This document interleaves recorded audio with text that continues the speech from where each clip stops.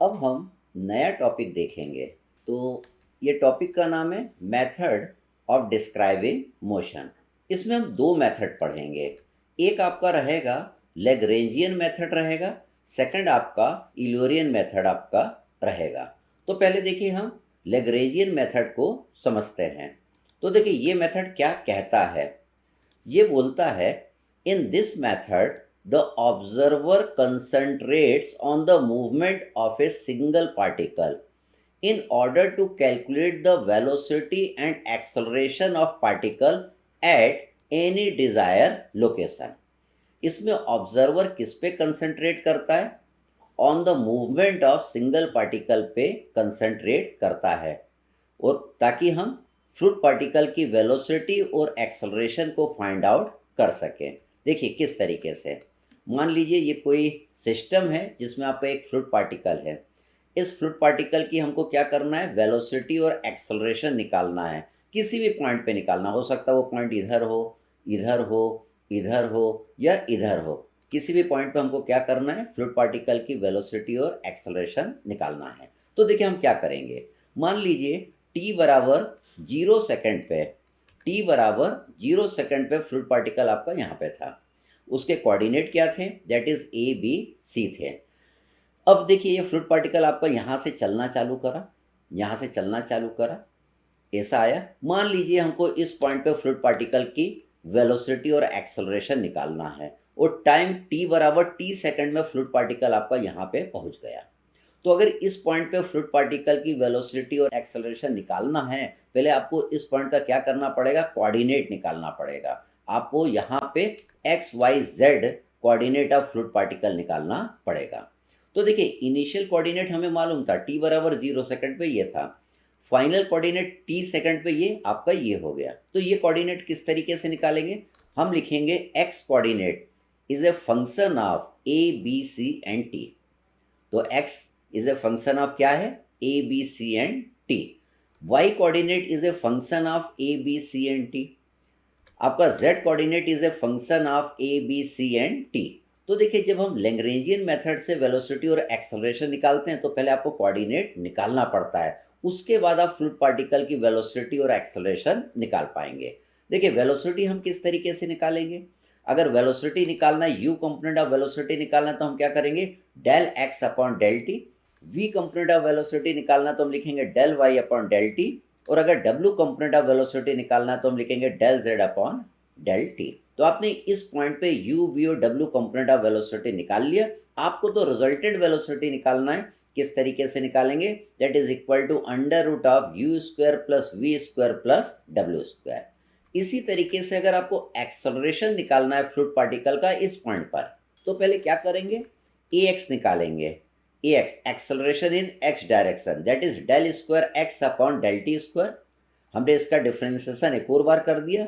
फिर हम लिखेंगे A Y that is del square Y upon del T square. फिर हम लिखेंगे A Z that is del square Z upon del T square. हमें तो रिजल्टेंट एक्सेलरेशन निकालना है, तो हम क्या करेंगे? Under root of a x square plus a y square plus a z square.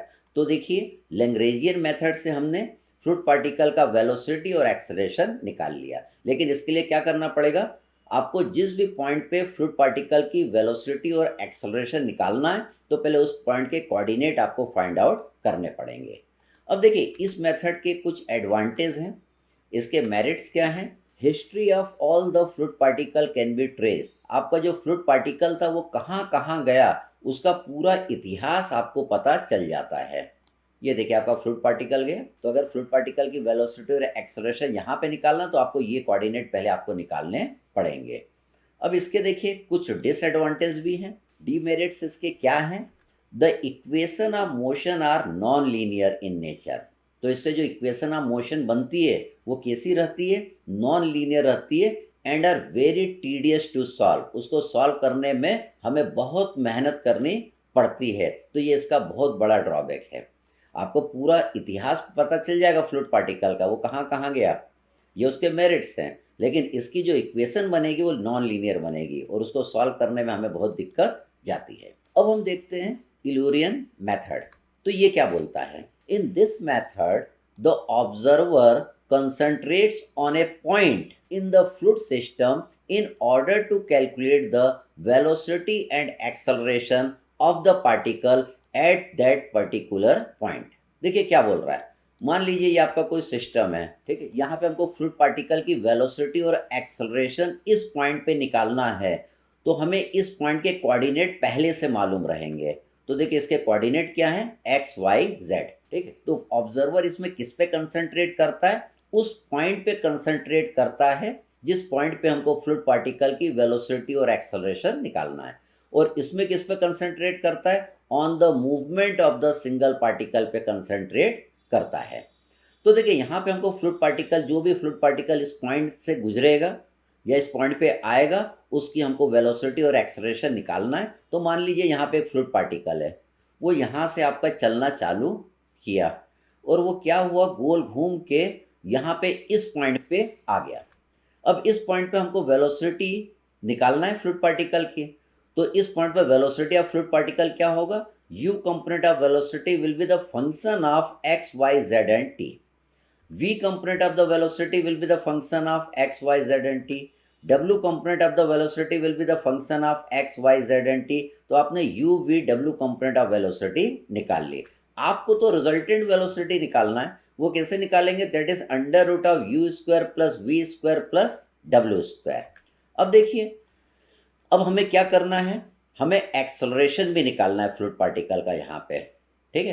तो पहले एक्सेलरेशन निकालने के लिए आपको u कंपोनेंट ऑफ वेलोसिटी आपने निकाल लिया, तो आप पहले क्या करेंगे, du बाई dt निकालेंगे। देखिए किस तरीके से, du निकालना है, हमको एक्सेलरेशन निकालना है, तो ax component of the acceleration क्या होगा, that is du by dt होगा, du बाई dt होगा। तो पहले हमें du निकालना पड़ेगा, तभी आप du बाई dt करेंगे तो ax component of the acceleration आपका निकल के आएगा। तो देखिए du निकालने के लिए हम क्या करेंगे, du is the complete differentiation, और del u क्या है, it is the partial differentiation. Sum of all the partial differentiation will be equal to complete differentiation होता है।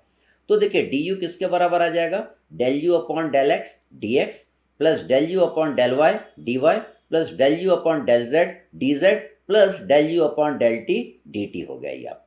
ये आपका क्या हो गया, ये आपका du component of the velocity आपका आ गया। हमें क्या निकालना है, हमें तो एक्सेलरेशन निकालना है। एक्सेलरेशन क्या होता है, du बाई dt होता है। तो आपने यहाँ पे du निकाला है, इन सबको आप dt से डिवाइड कर देंगे। तो देखिए यहाँ पे हमने सबको dt से डिवाइड कर दिया, तो ये हो गया del u upon del x dx upon dt plus del u upon del y dy by dt plus del u upon del z dz upon dt plus del u upon del t dt upon dt। तो ये dt से तो dt आपका cut जाएगा, del x upon del t आपका क्या हो जाएगा, that is the u component of the velocity.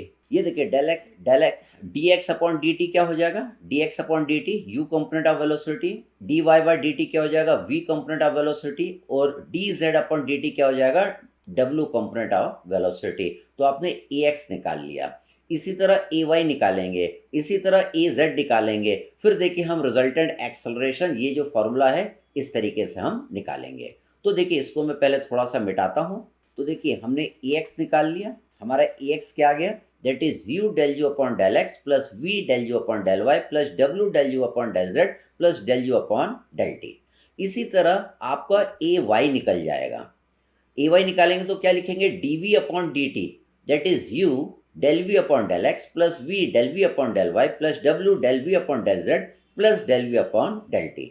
इसी तरह इसको भी मैं हटा देता हूँ। अब हम निकालेंगे az component of the acceleration, that is dw upon dt that will be equal to u del w upon del x plus v del w upon del y plus w del w upon del z plus del w upon del t। अब हम resultant acceleration निकाल सकते हैं, that is a equal to under root of ax square plus ay square plus az square. तो देखिए Lagrangian method का क्या advantage है, यहाँ पे आपको कोऑर्डिनेट पहले से दिए रहते हैं, जिस पॉइंट पे आपको फ्लूइड पार्टिकल की वेलोसिटी और एक्सेलरेशन निकालना पड़ता है, और यहाँ पे जिस पॉइंट पे फ्लूइड का आपको वेलोसिटी और एक्सेलरेशन निकालना है, तो पहले उस पॉइंट के पहले आप कोऑर्डिनेट निकालेंगे। कोऑर्डिनेट निकालने के बाद आपको u कंपोनेंट, v कंपोनेंट और w कंपोनेंट ऑफ वेलोसिटी आएगा, फिर उसका एक और बार डिफरेंशिएशन करेंगे तो उसका क्या आएगा, एक्सेलरेशन आएगा x y z डायरेक्शन में, फिर आपका ये निकल पाएगा। तो ये थोड़ा लंबा मेथड है, क्योंकि यहाँ पे कोऑर्डिनेट निकालने पड़ते हैं, ये छोटा है क्योंकि इसमें कोऑर्डिनेट नहीं निकालने पड़ते। बाकी दोनों के अपने एडवांटेज और डिसएडवांटेज हैं। अब देखिए आगे बढ़ते हैं। तो देखिए हम इन वेक्टर नोटेशन में अगर वेलोसिटी रहेगी तो वेलोसिटी हम कैसे लिखेंगे, that is u i plus v j plus डब्ल्यू के। ठीक है, तो हमने ये वेलोसिटी के यू वी और डब्ल्यू कंपोनेंट को वेक्टर नोटेशन से हमने रिप्रेजेंट किया है। तो जब आप प्रॉब्लम करेंगे तो वेलोसिटी आपको हो सकता है वेक्टर नोटेशन में दे के रखे और वो पूछेगा कि रिजल्टेड वेलोसिटी आपकी कितनी आएगी, तो उस केस में आप क्या कर देंगे, मॉड ऑफ वी निकाल लेंगे, that is under root of u square plus v square plus डब्ल्यू स्क्वायर। इसी तरीके से यहाँ पे एक्सेलरेशन अगर आपको निकालना है, अगर आपको वेक्टर फॉर्म में यू वी और डब्ल्यू कंपोनेंट ऑफ वेलोसिटी अगर आपको दिया है, एक्सेलरेशन निकालना है, तो क्या करेंगे, ए क्या हो जाएगा, d v by d t हो जाएगा।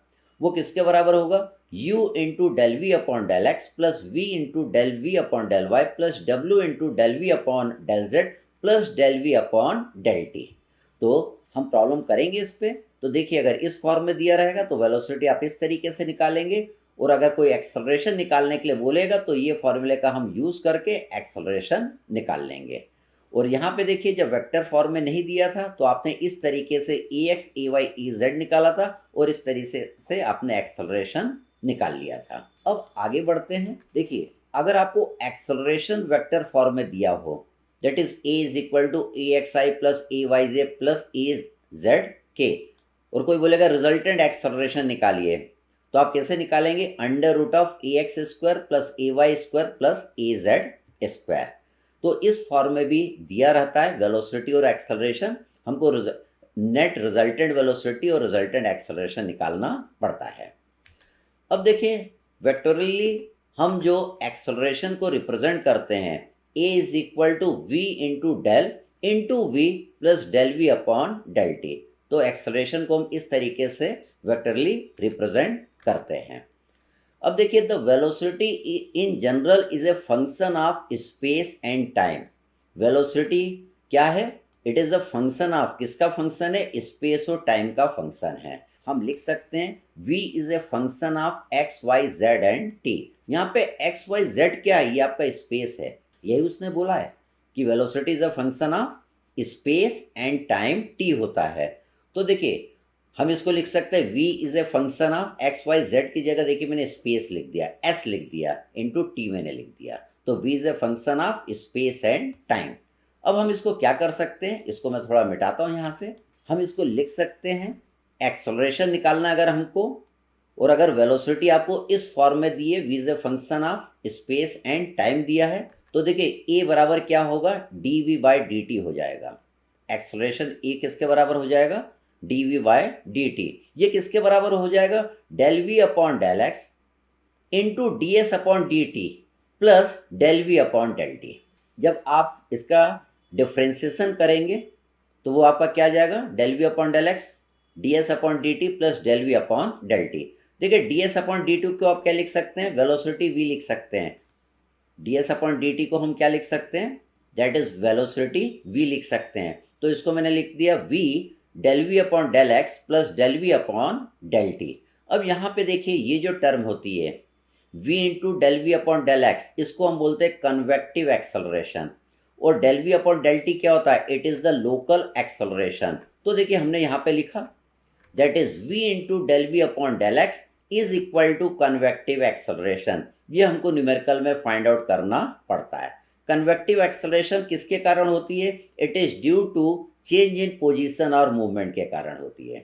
देखिए ये स्पेस पे डिपेंड कर रही है, स्पेस पे कर रही है, तो क्या होता है, it is due to change in position and movement. यहाँ पे डेल एस आ रहा है, एस क्या है, आपका स्पेस है। अब देखिए कन्वेक्टिव एक्सेलरेशन को आपने क्या लिखा, v into del we upon del x. इसको हम और भी तरीके से लिख सकते हैं, दैट इज 1/2 डेल वी का whole square upon del s. इससे इस तरीके से भी हम कन्वेक्टिव एक्सेलरेशन को रिप्रेजेंट कर सकते हैं। बाकी ये फॉर्मूला आपको ध्यान में रखना है, दैट इज कन्वेक्टिव एक्सेलरेशन क्या था, v into del we upon del x. इसी तरह del we upon del t क्या होता है, इट इज़ द लोकल और टेम्पोरल एक्सेलरेशन होता है, जो कि टाइम पे डिपेंड करता है। तो this part is with respect to time at a given location. तो लोकल और टेम्पोरल जो एक्सेलरेशन रहता है वो टाइम पे डिपेंड करेगा, कन्वेक्टिव एक्सेलरेशन आपका पोजीशन पे डिपेंड करेगा, स्पेस पे आपका डिपेंड करेगा। तो ये बहुत इंपॉर्टेंट फॉर्मूला है कि एक्सेलरेशन क्या होगा, it is sum of convective acceleration plus local acceleration. ठीक, इस पर हम प्रॉब्लम करेंगे। इसको मैं थोड़ा मिटाता हूं। अब देखिए यहाँ पे लोकल एक्सेलरेशन आपका del v by del t भी होता है, del u by del t भी होता है, del v by del t भी होता है, डेल डब्ल्यू बाई डेल टी भी होता है। जहाँ पे भी टी आ जाएगा वहाँ पे क्या आ जाएगा, आपका लोकल एक्सेलरेशन आ जाएगा। अब हम समझेंगे टेंजेंशियल एंड नॉर्मल एक्सेलरेशन क्या होता है। ठीक, बहुत इंपॉर्टेंट कंसेप्ट है ये। तो देखिए इसमें बोल रहा है ये, when the motion of the particle are curvilinear, अगर कर्वीलीनियर मोशन है, the convective and local acceleration will be the tangential acceleration। तो देखिए कन्वेक्टिव और लोकल एक्सेलरेशन जो रहेगा वो किसके बराबर रहेगा, टेंजेंशियल एक्सेलरेशन के जितना रहेगा। ए particle moving in A curve path will always have a normal acceleration. जो भी पार्टिकल कर्व पाथ में मूव करता है, कैसे यहाँ पे कोई पार्टिकल है ये गोल गोल मूव कर रहा है, तो यहाँ पे आपको क्या मिलेगा, ये नॉर्मल एक्सेलरेशन मिलेगा। और यहाँ पे आपको क्या मिलता है, टेंजेंशियल एक्सेलरेशन मिलता है। Curve path will always have a normal acceleration towards the centre of the curve. देखिए हम इसको इससे समझते हैं। मान लीजिए ये आपका एक पार्टिकल है, ठीक है, ये कर्व पाथ पे ये मूव करता हुआ आपको नजर आ रहा है। ये देखिए ये मूव कर रहा है, तो देखिए इस डायरेक्शन में इसका रेडियस कितना मान लीजिए r है, तो इसका जो नॉर्मल एक्सेलरेशन रहेगा वो टुवर्ड्स द सेंटर रहेगा। तो उसने यही चीज बोला, ए particle moving in A curve path will always have a normal acceleration towards the centre of the curve. इस पे एक टेंजेंशियल एक्सेलरेशन भी आपको मिलेगा। देखिए इस कर्व के टेंजेंट मैंने एक ड्रॉ करा है, इसको हम क्या बोलते हैं, टेंजेंशियल एक्सेलरेशन। ये किसके बराबर होगा, convective acceleration plus local acceleration. तो देखिए यहाँ पे हम लिखते हैं, for motion along a curve path acceleration is equal to tangential acceleration plus normal acceleration. देखिए टेंजेंशियल एक्सेलरेशन की जगह मैंने क्या लिखा है, convective acceleration plus local acceleration plus normal acceleration आपने पढ़ा हुआ है। नॉर्मल एक्सेलरेशन कितना आता है, that is v square by r आपका आता है। तो ये कंसेप्ट आपको सारे ध्यान में रखना है। अब हम इस पे कुछ प्रॉब्लम करते हैं।